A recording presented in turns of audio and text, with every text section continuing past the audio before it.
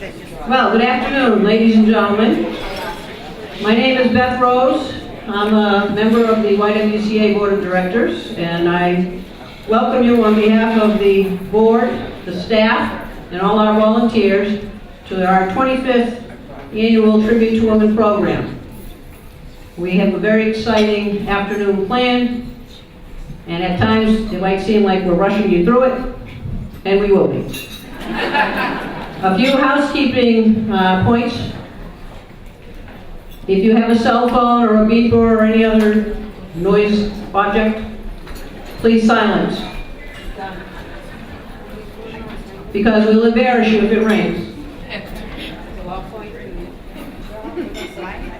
Secondly, we have raffles, and the items are on display. We also have a silent auction, and the raffle tickets and silent auction will be open through lunch. So please help support the YWCA and all its wonderful efforts in the community, and take a good chance on winning something nice. All right, I think now that the head table's here, I can begin. I'd like to first introduce the head table. To my right, we have Mary O'Brien, Deputy Executive Director of the YWCA. And next to Mary is Margaret Crockett, President of our Board of Directors. The empty seat is me.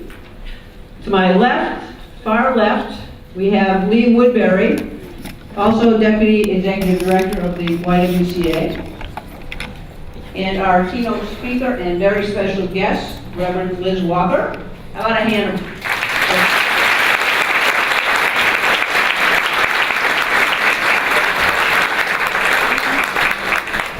And also, to my left is Catherine Castro, a member of the Board of Directors, and I'm going to turn the microphone over to her now, because they told me I talk too much.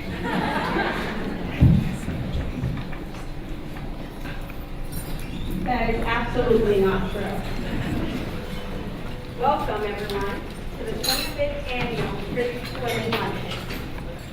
We are here to honor 13 outstanding women for all that they do to make their world and ours a better place. They are waiting patiently to enter the ballroom, so please let's invite them in. Please hold your applause until all of them have been introduced. Carrie J. Carter.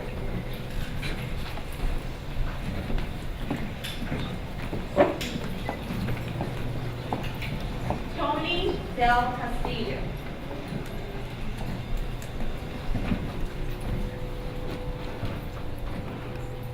Tina Fuller.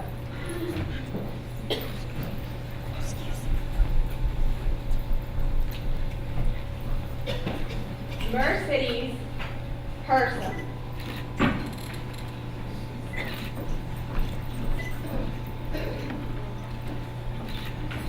Marsha Casarosian.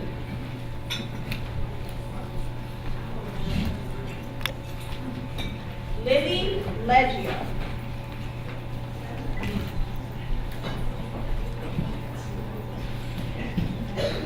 Mary Murphy.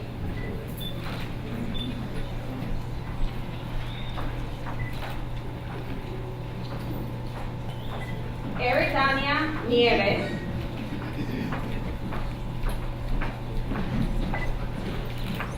Carol O'Connell.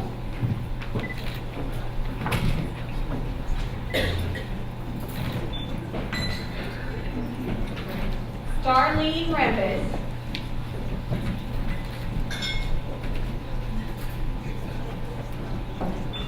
Laura Rossi.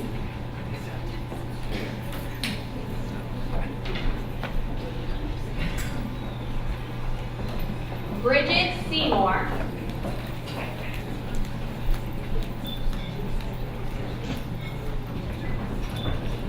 Rachel Thompson.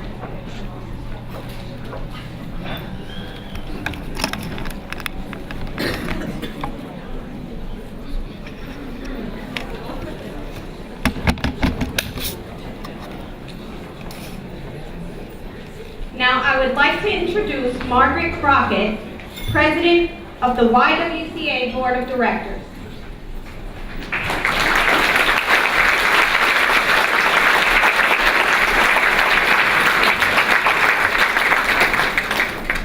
Thank you, Catherine.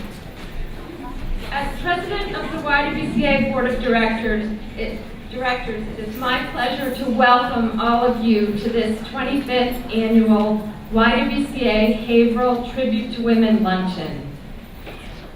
I think we should first give a hand to all those honorees who just came in.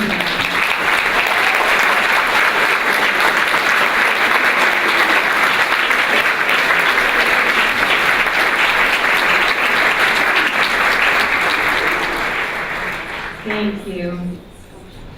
This has been an historic year for the YWCA. Having served women and girls in the greater Haverhill area for 123 years, on March 31st, YWCA Haverhill and the YWCA of Greater Lawrence finalized the legal steps to combine and become one YWCA. This alliance enables us to offer services to the greater Haverhill community with the resources needed to expand and grow. The support of the greater Haverhill community will be crucial to that growth. Today, we want to thank the community and business sponsors who have generously contributed to our Tribute to Women, not only to enable us to honor these 13 outstanding women, but also to support the important work of the YWCA. We want especially to thank our platinum sponsor, Pentucket Bank, for its generous support of our work.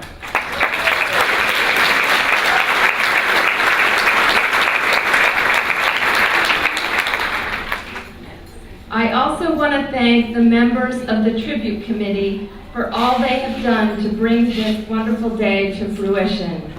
But I especially want to thank Peg Roberts, our event consultant, for her outstanding efforts in support of these volunteers. Thank you.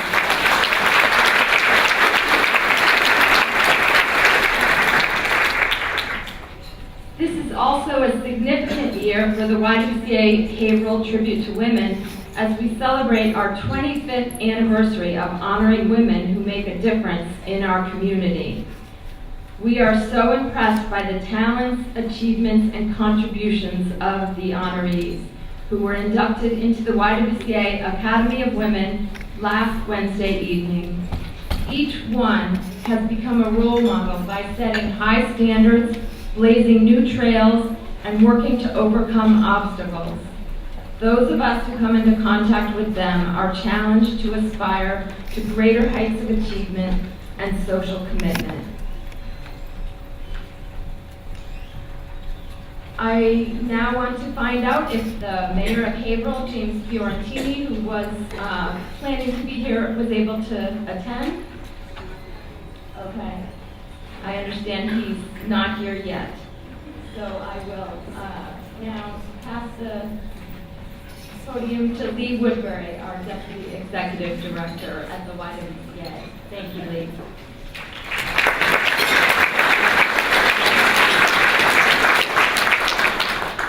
Thank you, Margaret.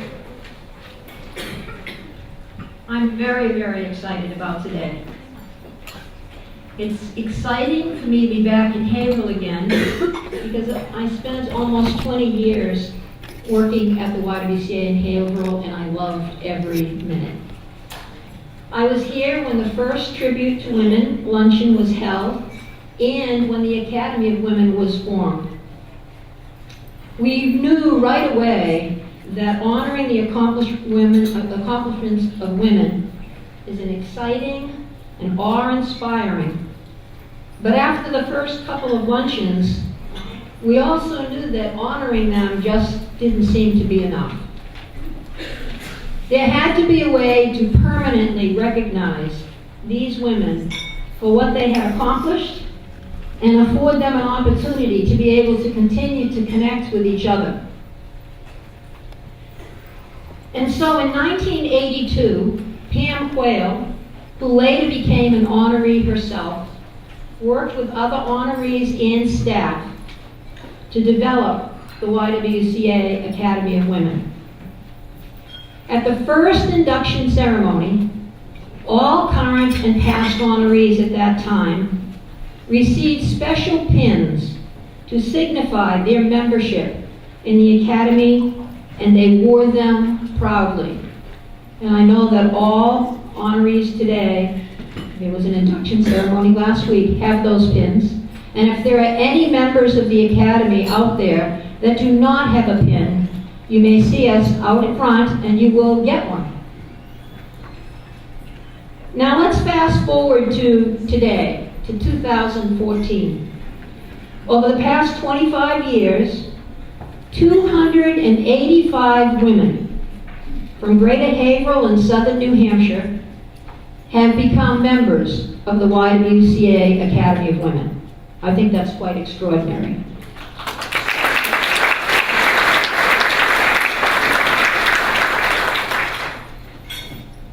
The cumulative impact of these 285 women upon us and our communities is mind-boggling and powerful. Some of them, including Pam Quayle, are no longer with us, but their legacy lives on.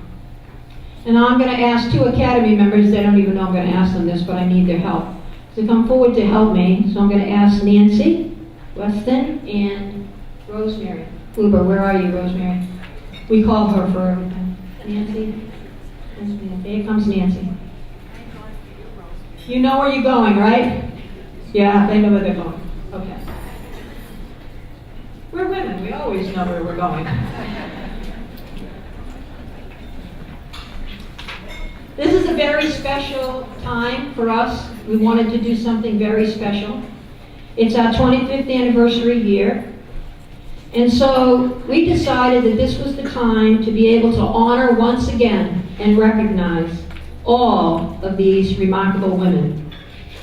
Each in her own time and in her own way, she stood out among others. Each has given us a powerful example of what it means to be truly in the world. They used their talents and skills not only to better themselves, but to also make a real difference in everyone around them. And it's very important to us that they never be forgotten. And it's equally important that each year we take a moment to remember those that went before us. As we continue to move forward, they will always walk beside us.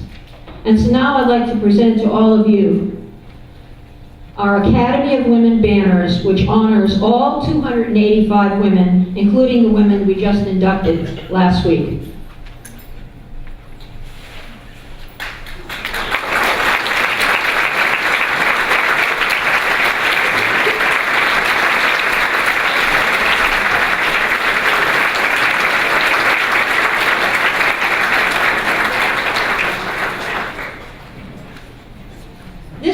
Special, and I'm sure for many of you who are here, quote from the old days, we know so many of the women that are on this banner. We don't all know everyone, but we all know someone.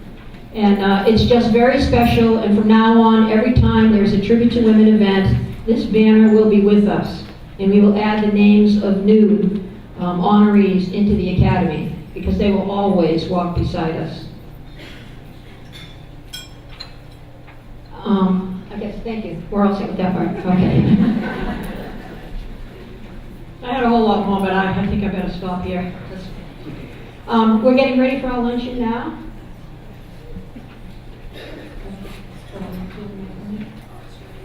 Okay. Oh, not yet. I'll be back in a minute.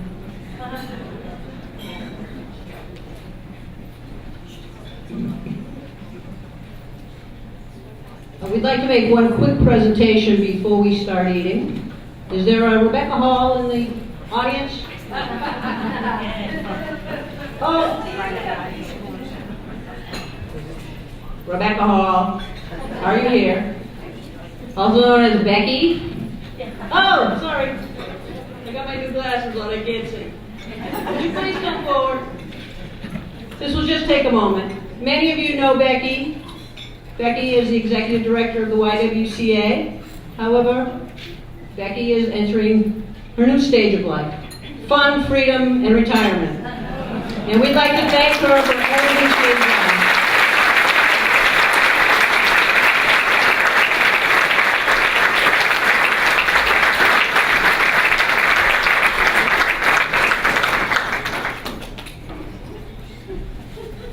Becky and I go way back. When I got out of college, my first non-family job was at the YWCA in Haverhill. And Becky was the executive director, and she scared me. And I'm sure she's scared a lot of people over the years. She's tough but compassionate. And the YWCA is much better for having known her and for her sharing her talents with us for so many years, and we appreciate it. And before we do our lunch, I do see that the mayor has joined us. Mayor Ferrantini, it's great to see you.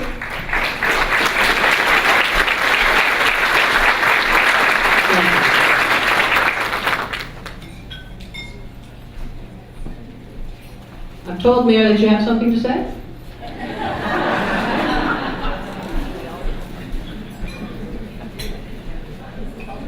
I don't want to put anybody on the spot, but please come.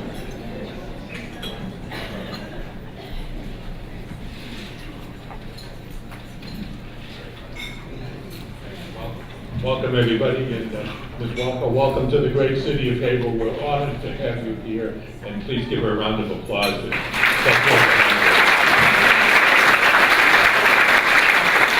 Welcome to all of our honorees, and I know many of you personally, and it's an honor and pleasure to know you. One of them used to work for me, right here at Riverside, and I can say, congratulations, and I can attest to all of them a great job that they've done. We've come a long way. We've come a long way since the days when my baby sister wanted to take over my paper route and was told that girls can't be paper boys. She used to disguise herself and pull her hair back, and she was always embarrassed by that. She'd be embarrassed. Those of you that know her, don't tell her. I told that story. We've come a long way since the days when my other sister wanted to get into trade school and was told that girls can't do a trade, and they wouldn't accept her in trade school. And we've come a long way since the days when I quit several of the clubs, one of the service clubs and another club in Haverhill, because they wouldn't treat my wife and my sisters the same as me, and they wouldn't take a woman. So I sent a letter of protest and did that.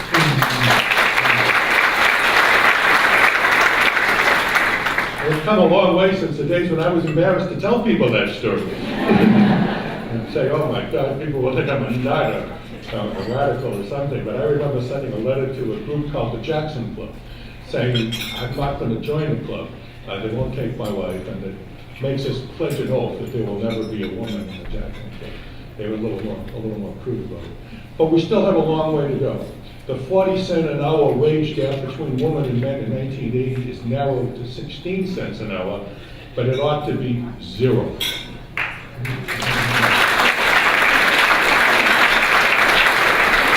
We've come a long way, and now I make it a point to appoint qualified women to every board in the city.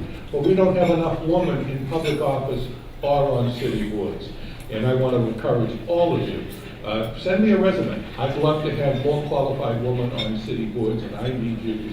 So many people here in this room that would be absolutely terrific. We've come a long way, thanks to all of you, but we have a long way to go. Thank you for letting me speak.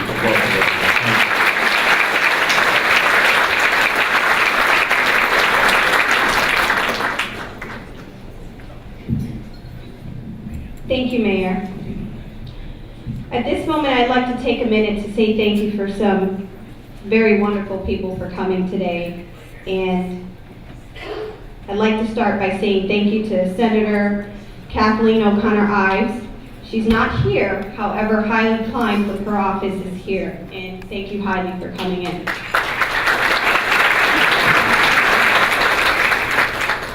Thank you all for attending and for all that you do to help women and their families. There are 2 groups I'd also like to recognize today. The first is the Haverhill High School GEMS. GEMS stands for Girls Empowered Means Success. Some of them are featured in the YWCA video. They will be helping us with the raffle today. You have seen some of them go around the room. Please buy tickets. It may take a village to raise a child, but it takes an outstanding committee to put on an event like this. The Tribute to Women committee members have spent countless hours to make the Tribute to Women luncheon and the nominees' reception successful. Will the committee please stand for a round of applause?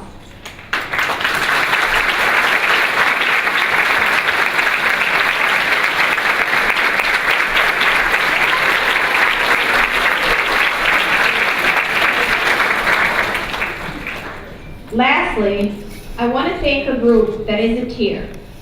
The YWCA mission is to eliminate racism, empower women, and promote peace, justice, freedom, and dignity. In our toddler, preschool, and after-school and girl center programs, we talk with the children about peace, justice, freedom, and dignity. For today, we ask them to tell us what those 4 words mean to them. On your table are the cards they made. The thoughts they expressed came directly from them. We want to thank the children for sharing their thoughts with us. Please take a look and take one home with you.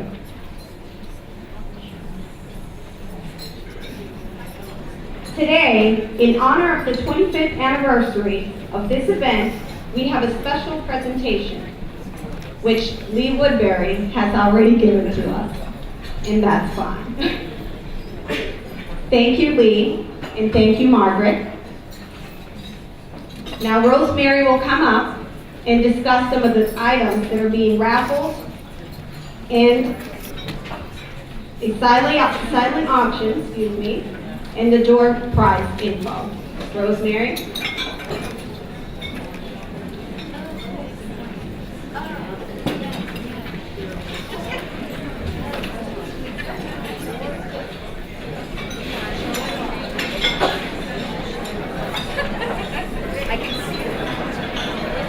Hi everyone. Just a couple of things. We have 3 auction items here. One is tickets to the Red Sox game. I know they're not doing that well, but it's for June 13th and they're playing the Cleveland Indians at 7 o'clock on a Friday night. The next is a weekend at the Cape that has been donated by attorney Beth Rose. And she has all the information, plus there's some lovely pictures up there that she has taken of her little thing by the sea. And the third auction item is a round of golf from the Haverhill Country Club. Now I'm sure that the guys at the Kentucky Bank table would like to bid on that a lot. And we also have a set floral arrangement from Flowers by Steve as our door prize. And then we have 15 auction items and of various prices. And just don't leave them sitting around your house. You know, if you want a gift certificate, please honor it. The people that have given gift certificates have done a wonderful job in donating the services to this event. So that's about all I have to say. And if anybody wants tickets, the gems are going to be selling tickets as soon as they have a little bit of lunch. We're going to get them to get up and do the raffle tickets again. And if anybody wants the silent auction items are at the back of the room. So you can, choose those if you want. Thank you.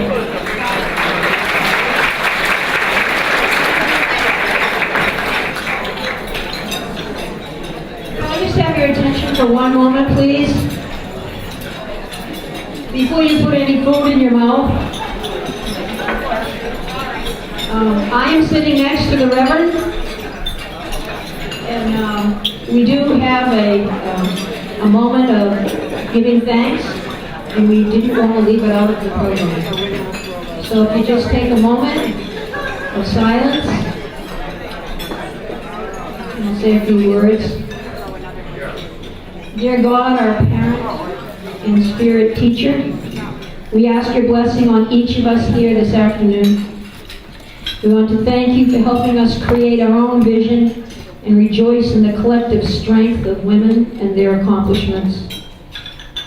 We thank you for giving us minds that think, hearts that love, and wills that are strong and committed.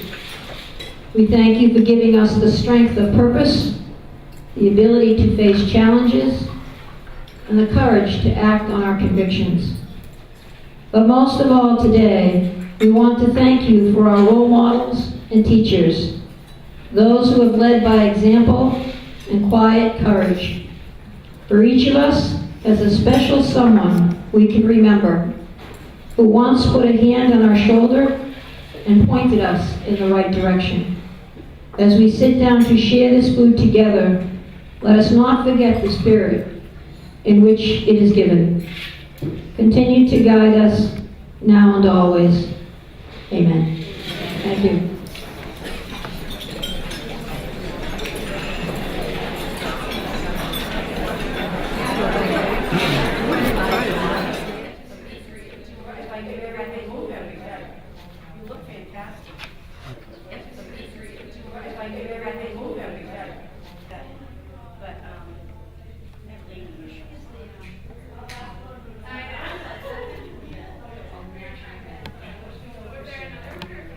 Okay, the moment we've all been waiting for. Now that you've won your prizes, please enjoy the dessert while we proceed and meet our honorees. When we announce your name, we're going to read a little bit about you, hopefully something different than what's been printed in our book. And we ask you to come over here to the side table where Reverend Liz Walker will present you with citations. We have citations from the United States House of Representatives, the Massachusetts House of Representatives, and Senate, from the City of Haverhill, and we have a very lovely gift created and presented by Sally Saraswell O'Rourke.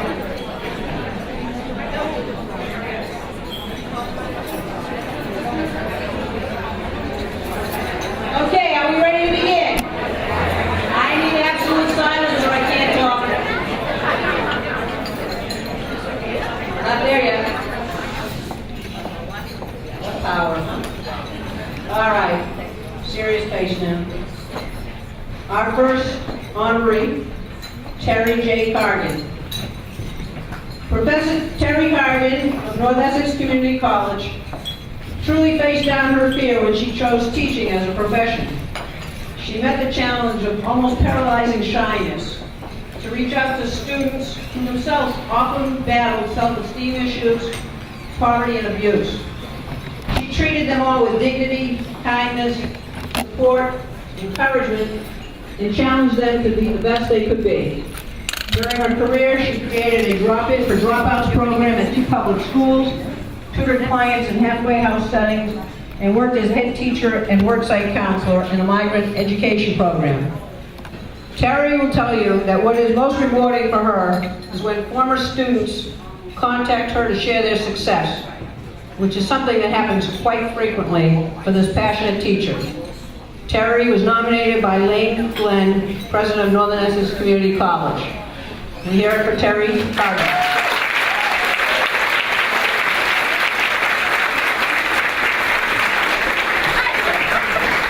Our next honoree is Tony Del Castillo. As a young woman, Tony sought out mentors to show her there was another way of life than one with parents who abandoned their children and where education was not valued. She wanted more for herself, and education became a top priority for Tony. And she knew she would raise her own children to value that as well. Tony never looked back when she left the backwoods of Arkansas to find her dream. Gloucester and now Groveland, Mass. have benefited greatly from Terry's search. Terry has devoted years to the community, whether it be in the school system, the library system, serving on town committees, doing fundraising, teaching computer skills to seniors, and countless other volunteer efforts. And she's done these all free services with her own web design program. She now benefits nonprofit organizations.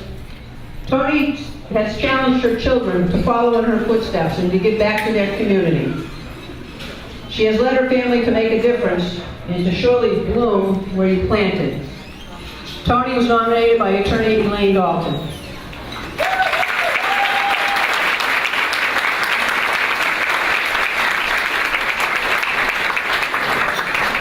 Tina Fuller. Tina Fuller epitomizes the saying that good things come in small packages. Tina, as a parent volunteer, led a political action committee in Haverhill on a successful campaign for the debt exclusion, or override, which resulted in the building of 4 new schools in the city of Haverhill: Golden Hill, Silver Hill, Pentucket Lake, and Bradford Elementary Schools. Tina's grant writing skills helped launch the Discovery Program in the middle school and Access 21 in the high school. Both are model programs in Massachusetts. And the high school robotics program through Access 21 had the honor of having a winning program tested on the space shuttle. To say her contributions are out of this world would be not overstating it. Tina was nominated by Karen Erschman of the Haverhill Public Schools.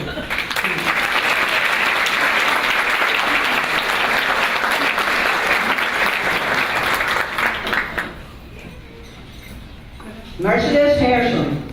I'm sorry if I'm killing your names, folks.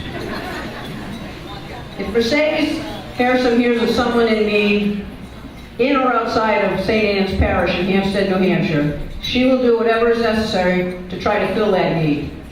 It might be buying clothes, offering friendship, providing for their beloved pets. Mercedes is on the job. She was born into volunteerism and proudly continues that tradition today, helping to run the church food pantry, the Hampstead Library thrift shop, purchasing sports equipment and musical instruments for local youth groups. Someone told me to check out Mercedes' car someday and find it full of items that have been donated or purchased that she's collected for those in need. And she's always on the go. Her motto is, "I love people. I always get back more than I give." And she gives a lot. Mercedes was nominated by Paula Smith of St. Anne's Parish in Hampstead.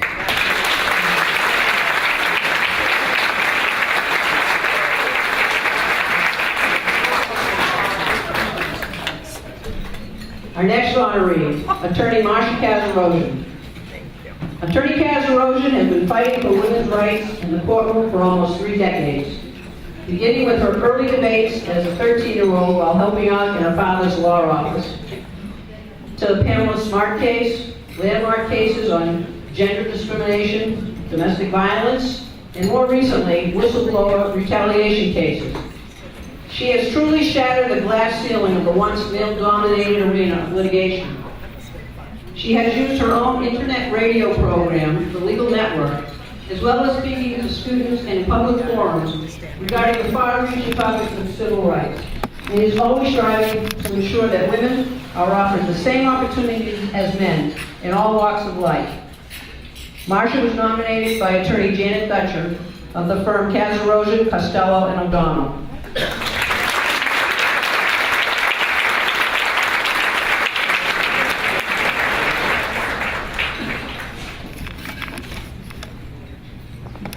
Lily Leggio, a woman of multi-talents, with her own cheering section. Lily Leggio's art classes at Trinity Episcopal Church have motivated small hands with creative and beautiful works of art.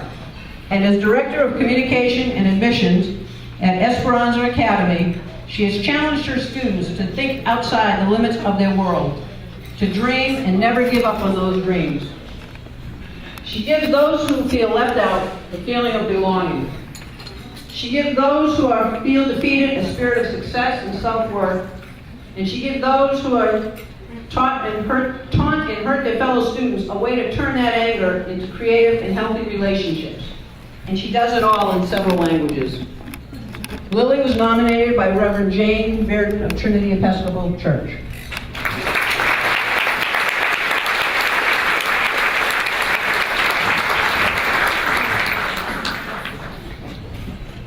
That was just water. Mary Murphy. Without countless hours of work fundraising, and personal contribution of Mary Murphy and her troops over the last 45 years, hundreds, if not thousands, of children in Haverhill might not have had a present to open on Christmas morning. Since arriving in Haverhill in 1969, Mary has not stopped giving to her community. Using her family business, Garrison Golf Center, to teach and raise funds for numerous charities throughout Greater Haverhill, she has truly spread love and kindness to everyone she has met, and the thousands she has quietly supported. She's a hard worker, a committed volunteer, and as committed today as she was when she first started, with her children at St. Joseph's School. She shows little signs of slowing down. Mary was nominated by Elizabeth Powers.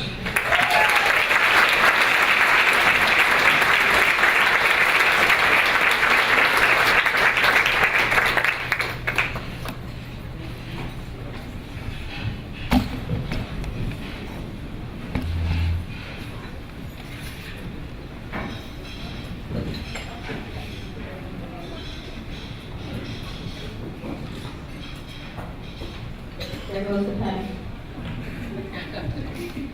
Eridania Nieves. Eridania says, "My voice, what should I do with it? My heart feels extreme happiness and joy when I use my voice to help others, especially young women, to feel the power to make decisions, to think strong, and to have a vision for a better life. She has done this so much more in her work with struggling youth and women who have felt disenfranchised. She shares her beautiful voice with many through her recordings and her message, saying, I will forever be grateful for my relationship with amazing women who have given me the opportunity to think of myself as a student of life instead of as a victim, and to always concentrate on the most valuable use of my time. We only have one opportunity to live our life, so I will give it my best and give myself permission to use my voice today." Eridania was nominated by Carol Ireland of the Haverhill Public Schools.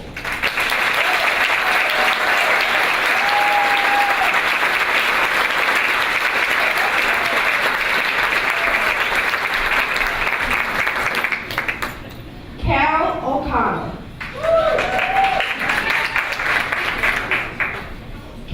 O'Connell Company, Skin Serenity Medi-Spa, has aimed to provide the most advanced medical treatments available in today's industry, and in doing so has helped thousands of women and men reveal their beauty and protect their skin. She is a licensed master clinical skincare specialist, an expert laser certified technician, a facial rejuvenation specialist, which we all need sometimes, and an Obagi health restoration specialist who has many advanced credentials in advanced medical skincare. One of Carol's winning inner beauty secrets is to give back to the community and encourage others to do the same. While growing a business and a family, she has not forgotten the Jimmy Fund, the Renewed Hope Project, St. Jude's Children's Hospital, and so many other worthy projects. Carol was nominated by Shannon Jacinto from Serenity Skin Medicine.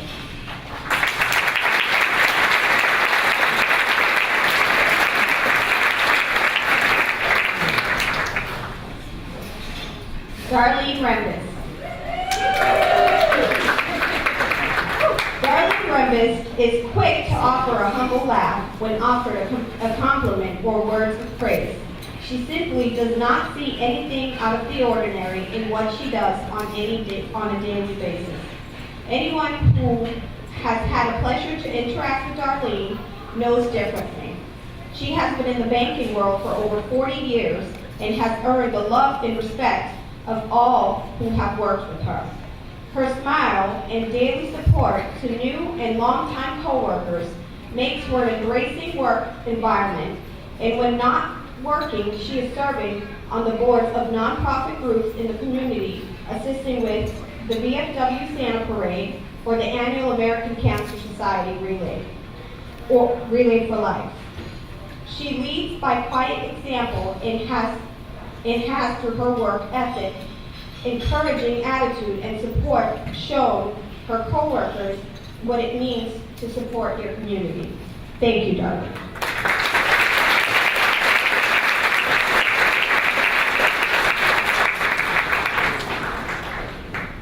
Laura Rossi.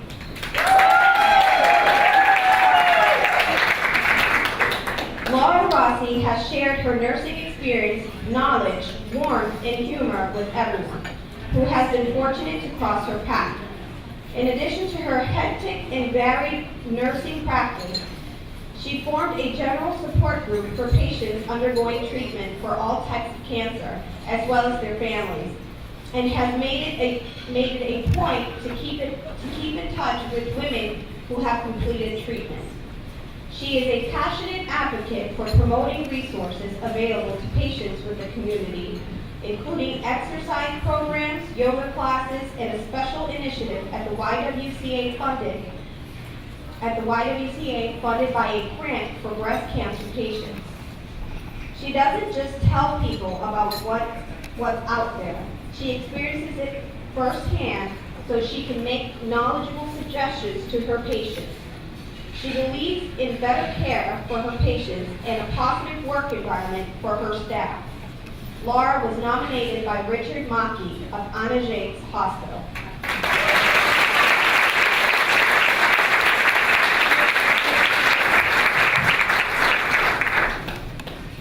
Bridget Seymour.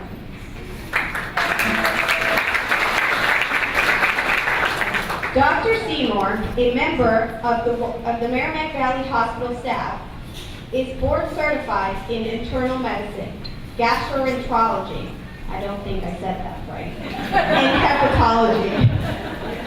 She is one of only 2 gastroenterologists practicing in this region.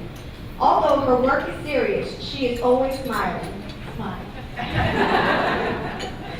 She is respected by her peers, staff members, of the community, and probably most importantly, her patients. Her resume shows a lifetime of accomplishments, leadership, and service here and abroad. She manages a hectic work schedule, volunteers as a soccer coach, mentors nursing students, and all the while maintaining her marriage to Peter Seymour, doctor, and raising 4 young children ages 2 through 8. Last year, Dr. Seymour was named one of the Merrimack Valley's 40 under 40 recipients. Dr. Seymour was nominated by Lester Schindel, Stewart Medical, Merrimack Valley Hospital.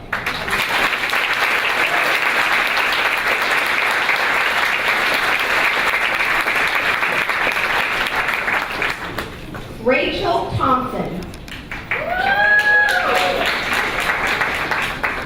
Originally from the United Kingdom, Rachel studied social work and applied social sciences. For 13 years, she was a probation and parole officer in Oxfordshire, England, supervising offenders on parole and probation volunteers, working with prisoners, and managing a diversion program. In 1996, she and her family came to the United States. In 2003, she was hired by Emmaus as a development associate. Revenues from the cycle for shelter exploded, going from $30,000 to $110,000. Today, Rachel is program director for Mitch's Place and Jericho House for Safe Haven, residential and shelter programs. She is a strong, unflappable leader and tremendous role model for other women. She guides her clients to find ways out of homelessness and mentoring staff, volunteers, and students, interns with thoughtfulness and patience. Rachel was nominated by Gretchen Arms of Emmaus Inc.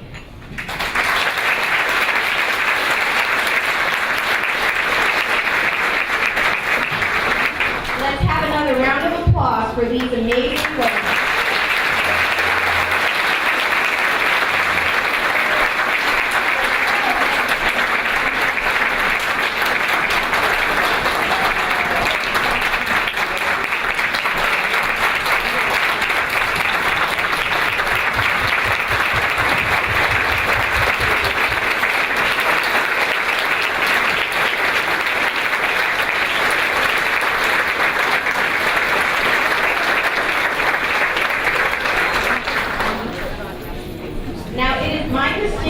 pleasure to introduce our keynote speaker for today. Reverend Liz Walker is an ordained minister, a television journalist, a documentary film producer, and a humanitarian who has worked in the war-torn country of South Sudan. Ordained in the African Methodist Episcopal tradition, Reverend Liz is the pastor of Roxbury Presbyterian Church in Boston. Most of us know her as the first African-American woman to anchor a primetime weeknight newscast, a position she held for 21 years until she stepped down to answer God's call. She is the recipient of 2 Emmys, an Edward R. Murrow Award, and special recognition from the prestigious Gabriel Awards for her on-air and documentary work. The YWCA has a history with Reverend Liz. We invited her to be speaker at the first 3 Tribute to Women luncheons, but because the luncheon date always fell during Sweeps Week, which measured TV program ratings, she was not available. In 1992, we actually changed the date of the luncheon so that she could be our speaker. Please welcome Reverend Liz Walker.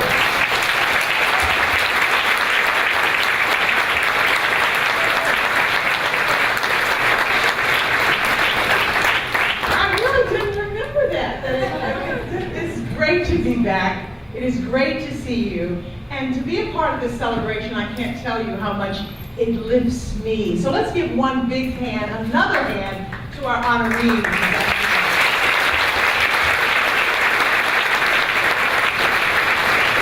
Because when we lift each other up, we lift ourselves up, and this is so wonderful.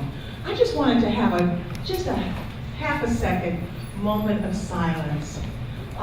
In memory of Maya Angelou, who passed on to eternity today.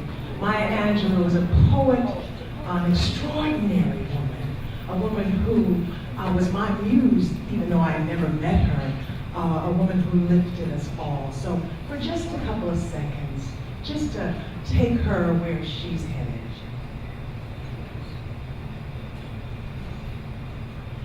Again, I am delighted to be with you after so many years. You know, I did television in Boston for 125 years. I don't know if y'all remember me, but you know, this is a young crowd.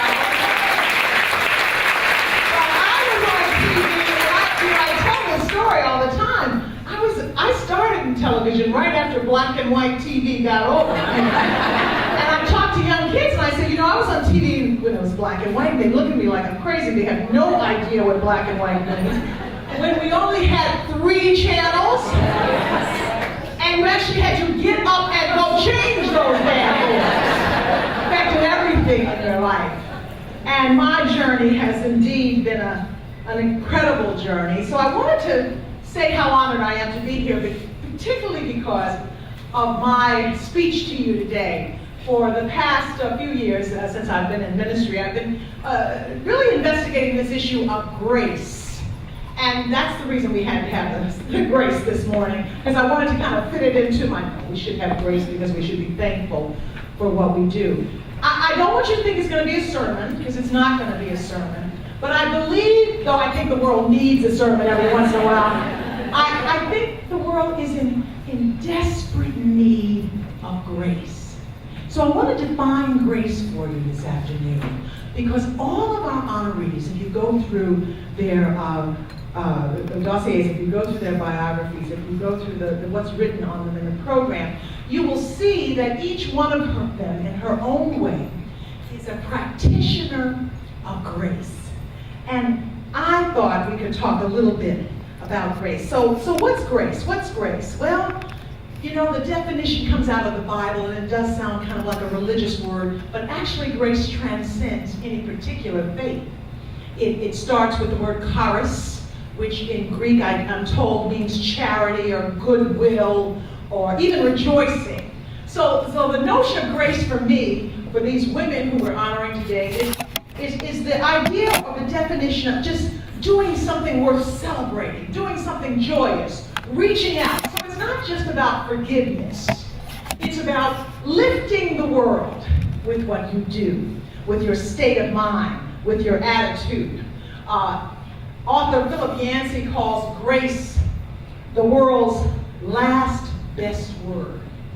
He says that it's holding its own. You know, we take the word love and we've kind of messed up love. I love ice cream. I love the Red Sox. I love you, baby. There's something missing there, you know, if love means all of that. We've confused love with power. We've confused it with greed. We've confused it with submission. But grace holds its own. Grace is that word that's bigger than any religion, bigger than any culture. It's about a generosity of spirit, an outreaching, an outpouring. Now, I came out of television, and that is probably one of the least graceful industries in the world. There's no grace in TV. As a matter of fact, television is all about extremes, and it's all about you win, I lose. I win, you lose. But there's no giving in television. It's about the conflict. Have you ever noticed how you watch Fox News for about 2 or 3 hours, and when you hang up, you just feel like you want to slap somebody? It's true. I'm not putting any political thing on it. What television does is it sells that idea of confrontation. And so that's what I've always done. There's always got to be somebody right, somebody wrong, somebody up, somebody down. But grace is the notion that we can all win. There's not enough grace in the world. So how did I find out about grace? Back in 2001, I left my job as a television news reporter and went into humanitarian work and ended up in probably one of the world's toughest countries, South Sudan. Now, when I say tough, I mean a country that is constantly in conflict, a country where millions of people have been killed, millions of people have been displaced, a country where, quite frankly, all hell has been breaking loose for years and years, for decades. Right now, there's a story in the media about a woman from Sudan who changed her culture, changed her religion, and now has been sentenced to death because she does not agree with the dominant religion in her Sudanese region. So it's a tough, rough, tough country. We went there on allegations to investigate allegations of slavery. Now, I don't know if you know anything about South Sudan, but actually South Sudan is the world's newest country. But back in 2001, when I went there, it was at war against the North over these allegations of slavery. The slavery was based on oil, it was based on land conflicts, it was based on tribal conflicts, but essentially people in the North were coming to people in the South and forcing them into labor in the North, and it was a horrendous situation. I went with some Bostonians who wanted to see if that was true, see if those were just allegations, and once we got there we found out it was true, and here's where the grace came in. These people from Boston actually thought they could do something to change the situation in South Sudan. Now, excuse me, I'm a preacher, I'm one of the few that curse, so I do have some issues. How the hell would you go to the other side of the world and think you could make a difference, think you could change something that's almost intractable? I mean, this war has been going on and on and on and on and on. But one of these people I traveled with, a woman who's a pediatrician, she's a minister, she's a social justice advocate, Gloria White-Hammond, hero, she-ro in the world. Gloria said, not only can we change it, we have a responsibility to change it. And so she wanted to express grace on the other side of the world. And I was so impressed with her, just as you've been impressed with these stories today, that she thought she could make a difference. Now, I was a reporter back then. This was before I got out of TV. Actually, I actually went to Sudan thinking I could do a really good story on these Bostonians. Perhaps I'd get an Emmy Award. I really didn't go to do any great work. But I was so inspired by Gloria and the rest of this group from Boston that when she decided we'd go back, I said, okay, I'll go with you. I'll see what happens. We met women who have never been educated, women who are the sole caretakers of their families because their husbands have been killed in this hideous war, women who have been raped, women who have been abused, who have been mutilated, all because somebody doesn't like somebody else, all because somebody wants somebody's land, all because of the gracelessness in the world. You know, if you go out into the world, in the Middle East and Africa and all over the world, even in this country, foreign policies are developed around revenge. Have you ever thought about that? That's what runs the world. You killed my grandfather, and so now it's my responsibility to take you out. And that's not just in the Middle East and Africa. Look at Congress. Pretty much the same issue. No grace. Everybody's trying to get somebody and be angry with somebody. You say, well, you know, how can we change that? Well, Gloria thought we change it by doing something good. Simple, nothing big. We just try to help somebody, to reach out, just like the stories you heard here today. And so we started an 11-year journey back and forth between Boston and South Sudan. We developed relationships with people. We got to know who they were. Now, I knew nothing about Africa before I went to South Sudan, except for what I'd seen on television. And you, if you're my age, probably know this. We learned about Africa from the Tarzan movies back in the 50s and 60s. Am I aging myself? Okay, the Tarzan movies, I'm not even aging myself even better. I watched Tarzan when it's Johnny Weissmuller. Johnny Weissmuller, it's like the first Tarzan, right? So every Saturday morning, Johnny Weissmuller, this is all I knew about Africa. Every Saturday morning, Johnny Weissmuller, black and white movies, would be chased through the jungle by about 1,000 Africans. We didn't know what tribe, we didn't know who they were, they never said anything but kind of hookah, hookah, hookah. But they were mad at Johnny Weissmuller. It took me about 30 years to realize they were mad because this was the white man that they decided was king of the jungle. How logical is that? Think about it. Anyway, they're chasing Johnny Weissmuller through the jungle. All of a sudden, just in the nick of time, Johnny Weissmuller would grab a vine, swing across a cliff, and he would be saved. But every Saturday morning, about 750 Africans would go over a cliff. So if you were anybody, if you were a young black girl, anybody, you'd see these Africans, you say, well, I don't want to go to Africa. There's no future in that. That's all I knew about Africa. But I would suggest to you that we know very little about each other. It doesn't have to be international. It could just be my neighbor. And so I'm suggesting grace will give you the permission, first of all, to look in somebody's eyes, because that's the beginning of getting to know somebody. But you have to get out of the television kind of mentality, and you have to get out of your comfort zone, and you have to really gaze into someone's eyes. Now, I live in Jamaica Plain. Nice community, eclectic community, old hippies, yuppies, poor people, rich people. I love the neighborhood. And it's right on what's called the Jamaica Way, which is this winding road that goes through the center of Boston. Every day on Jamaica Way, and Jamaica Plain, the traffic is unbelievable. It's because this beautiful roadway that goes past ponds and old mansions and beautiful conservation area, this beautiful roadway has outlived its usefulness. There's too much traffic on it. And I want to go from my house across the street to a pond at a corner where there's no traffic light. There's a corner, there's a crossway, but I am at the mercy of those drivers. And every day, I watch these drivers on their way to work in the morning, and they are ready to go. They are on that road, and they are going much too fast, and it's too crowded, and that if you could take your clothes off, get off your knees, they would never give you eye contact. I'm not going to look at you, you don't exist, because I'm not stopping. And it happens every day. And it goes on and on and on and on, and all I want to do is get across the street. So I decided that grace is just giving somebody a break. let me cross. I won't hurt you. Just give me a break.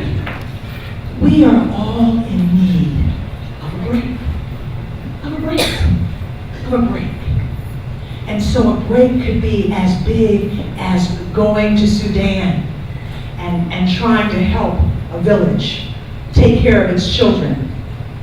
A break could be starting a food program or helping out at the Y, whatever the new programs are.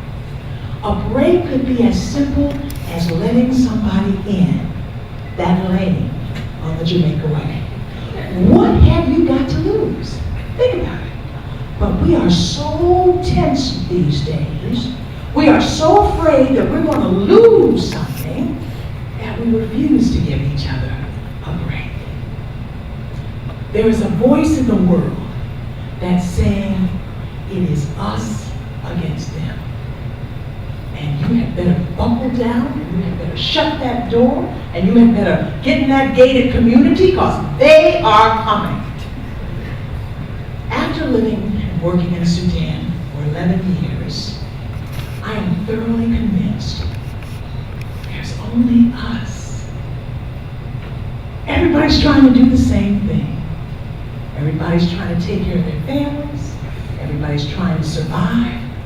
And everybody wants a break. So I am honored to be here today because the women that we honor, the women we lift up, are human beings who have recognized that giving a break is grace. And here's the best part of that. When you give a break to someone, when you extend yourself to someone, it comes back to you. One of our last trips in Sudan, we lost our luggage. And we're going back and forth between Boston and Sudan twice a year. And that's 21 hours and 9,000 miles on a journey. There's no infrastructure in this part of the world. People are very poor. So you go into these villages in the bush where we are working and building relationship and trying to support mothers and fathers and children, mainly mothers and children. You go into these villages and there's nothing. There's no stores, there's no McDonald's, there is nothing. Because the rest of the world is suffering. 1% of the world's population has 90% of the world's money. The rest of the world has nothing. So we go into this village and we've lost our luggage, and the issue is, how are we going to survive? We are, let me back up a little bit. We find out we lose our luggage in Nairobi, Kenya. And the issue is, what are we going to do? What are we going to do? We're going to go back to Boston? That was my vote. The lawyer said, no, we've gone too far. We have to keep on going. So we decided to go to a big store in Nairobi. We buy a few supplies that we can buy. You have to have water in this part of the world because we're running out of water. That's just a little sidebar. You have to have some kind of clothing. So we bought some t-shirts, what have you. We had nothing. We get to the village where we've been helping them for 10 years. Honest to goodness. They heard that we had lost our luggage. This is a village in the middle of the bush where you have to fly 4 hours after you get to Nairobi, Kenya, to get into this Akan, the village of Akan in South Sudan. We get to the village, they come out to meet us at the airstrip, and they've heard that we've lost everything, which we had, and I will never forget this as long as I live. The young women bring us brightly colored cloths that are their wraps, that they wear. The old women bring us these big bowls of cooked goat and okra because they heard we had no food. The little children bring us these sticks, which you can actually brush your teeth with, I'm told, to take care of our hygiene.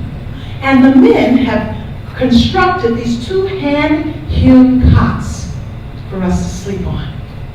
And it dawned on me that we had been going to Africa to save Africa. And there you have it. That day, Africa saved us. So my message to you is, this grace of which I speak, this willingness to extend yourself to people who don't even deserve it, this ultimately will change the world. And you can practice it right now. It begins with eye contact, authenticity, and a willingness to step out of your comfort zone.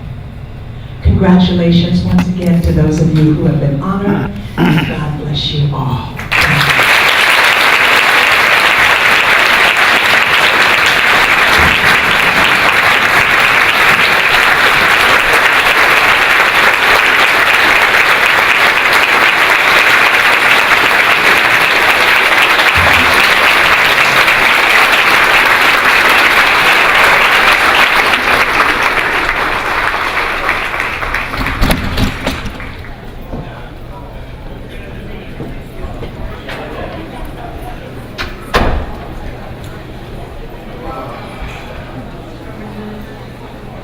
Thank you for your inspiring talk today.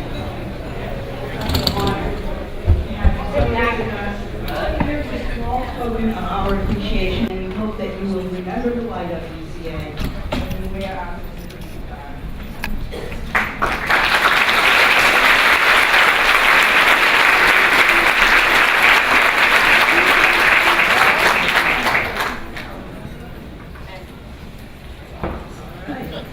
So now, I get to tell you who has won the silent autograph. So the Red Sox tickets go to Kathy Bresnahan. Where are you, Kathy?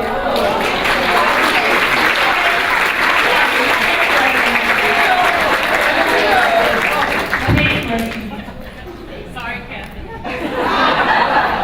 I'm sorry, Kathy, I thought you were from the Red Sox.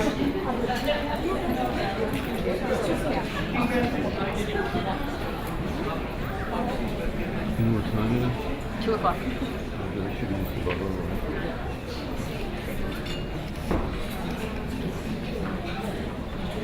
And the weekend after cake goes to Katie LeBlanc.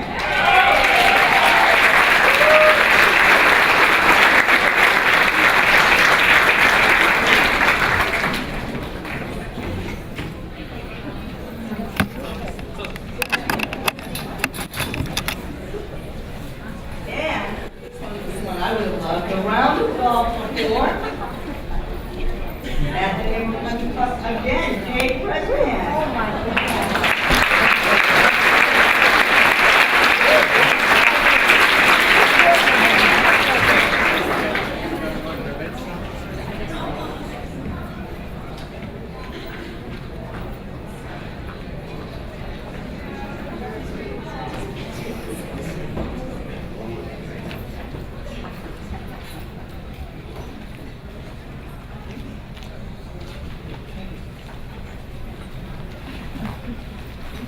For those who don't know you, I'm Mary O'Brien, and I'm Deputy Executive Director of the YWCA.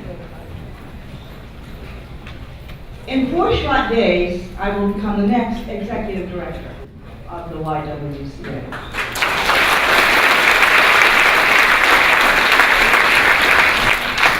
For me to follow Becky Hall in that role is humbling, because as so many of you here know, Becky has been a visionary leader and an outstanding executive director, both in the years when she was at YWCA Haverhill, and also in the 23 years she has been at YWCA Greater Lawrence.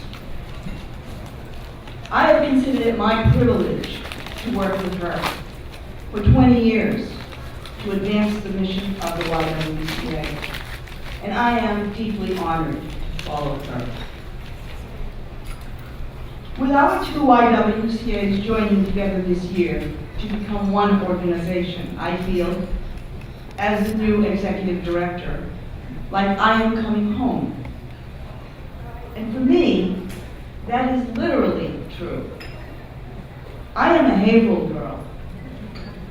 I was born here, grew up here, and raised my own 2 children here. My family has deep roots in this city, going back more than 100 years. Even though I don't live here now, I know what makes Haverhill such a great community.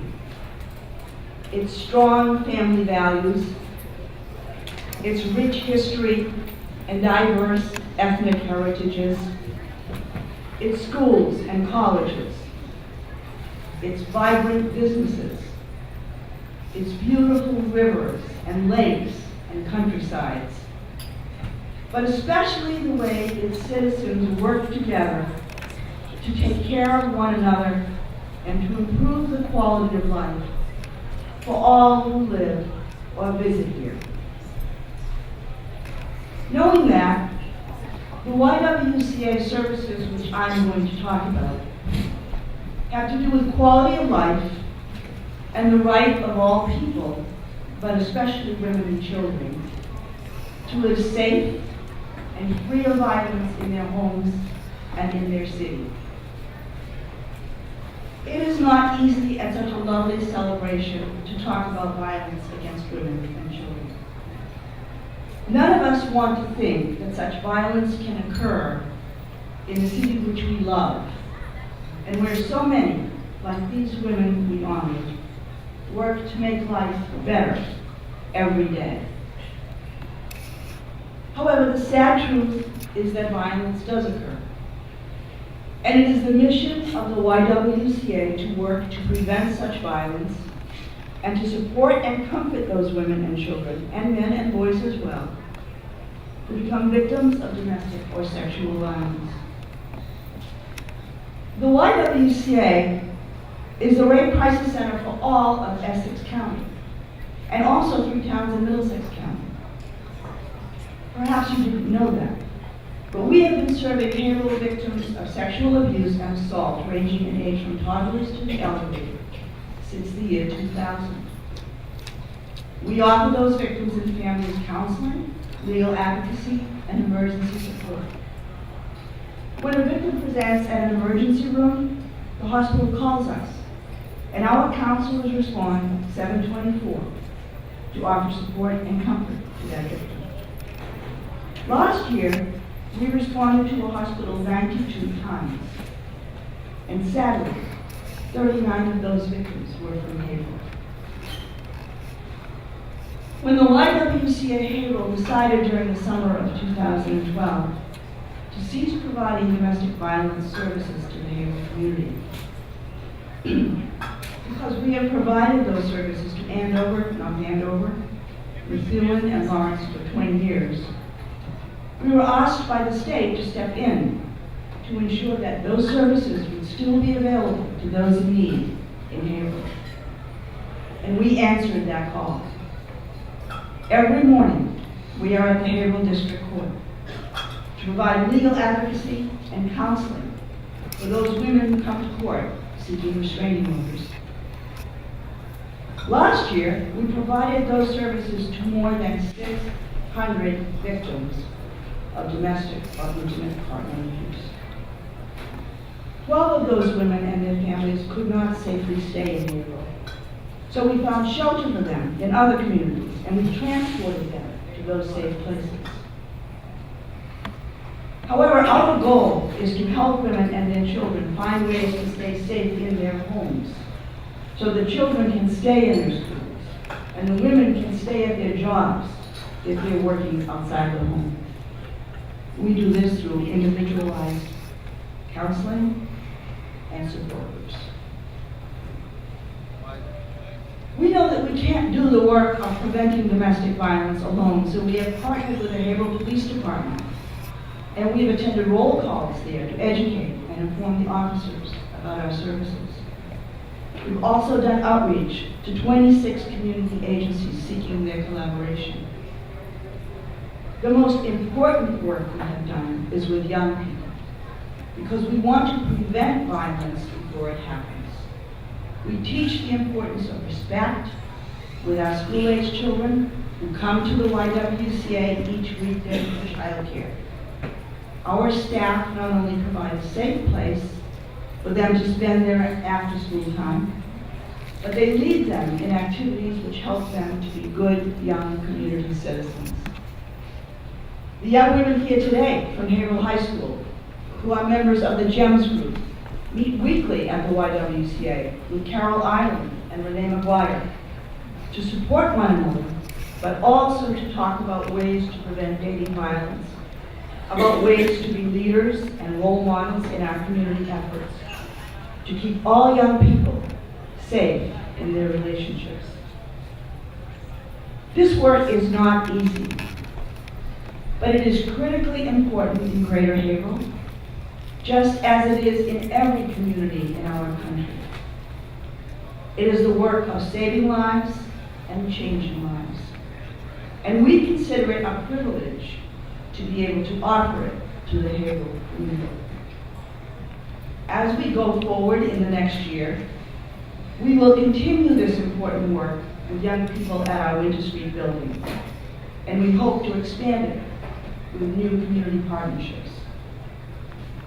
And speaking of our building on Winter Street, because the YWCA is so fortunate to own one of Haverhill's 19th century architectural treasures, we want to be good stewards of that historical building, which Dr. Ira Chase generously donated to the YWCA more than 100 years ago, because he believed in the importance of providing services for women and girls in Haverhill.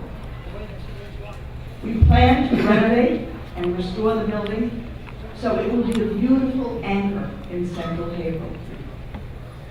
We've already renovated the children's playground and the child care rooms. We plan to renovate and reopen the residence in the building to provide safe housing for women once again. We cannot achieve all these plans without the support of the Haverhill community. By your presence here today to honor these wonderful women, you have also demonstrated your support for the mission and the work of the YWCA. Thank you for that, and thank you for being here. I hope you have a wonderful rest of the afternoon.